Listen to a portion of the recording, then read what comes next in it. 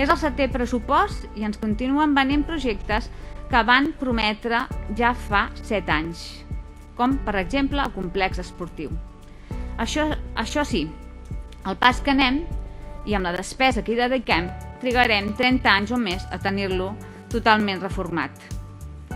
Nosaltres creiem que per ser un municipi on els veïns i les veïnes visquin bé calen dues coses. Primer, tenir assegurats els serveis bàsics i gaudir d'uns bons equipaments municipals. I estem parlant de neteja, de seguretat, d'enllumenat, de manteniment, i no és el cas.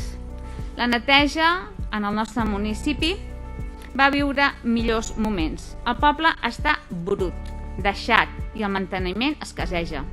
I les zones verdes poden dir que són silvestres i salvatges, però això no s'excusa per no acceptar que estan deixades. La seguretat, portem 6 anys sense projecte i només amb decisions provisionals. L'enllumenat sort en tenim, que es va renovar just abans del seu mandat. I a la memòria d'alcaldia es dediquen a criticar aquell contracte de l'enllumenat. Saben què els diem? Que deixin de mirar per al retrovisor i que mirin cap endavant, perquè de tant mirar enrere tenen el perill de xocar contra el mur. La segona cosa que cal tenir a un municipi on visqui bé és projecte. Projecte de futur, projecte de municipi, projecte de poble, com vostès li vulguin dir. Justament això que aquest govern municipal no té. El que cal fer són projectes amb majúscules. De fet, les polítiques de l'actual govern municipal van en la direcció contrària de molts altres ajuntaments i administracions. En comptes de créixer, el pressupost municipal aquest any decreix 800.000 euros menys.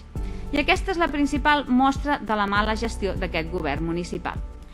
Són uns pressupostos, des del nostre punt de vista, que són amb poca visió de futur, uns pressupostos de tarifa plana, que en podríem dir, fets per un govern que cada dia que passa mostra més clarament que viu una trista decadència de manca d'idees, d'oblit de compromís, d'escoltar només allò que els hi agrada i sense projecte de poble. I que si continuem així, aquesta decadència de govern s'acabarà reflectint en el municipi que avui està més deixat, més brut, més insegur i, el que és pitjor, sense il·lusió. Fem molta incidència amb el nombre de personal interí que tenim en aquest municipi. No podem anar creixent sense estabilitzar les persones que hi estan treballant. Un 30% és un nombre molt alt de tenir de plantilla amb aquesta temporalitat que és els interinatges, i creiem que per tot això nosaltres no podem donar recolzament. Crec que la relació dels llocs de treball a ocupar a l'administració pública té molt a veure amb el número de plantilla que ha de tenir aquesta administració pública. Llavors jo crec que s'ha de començar per aquí. Crec que és essencial poder dir quins tècnics, on i com han de treballar. I el nostre vot serà el d'abstenció.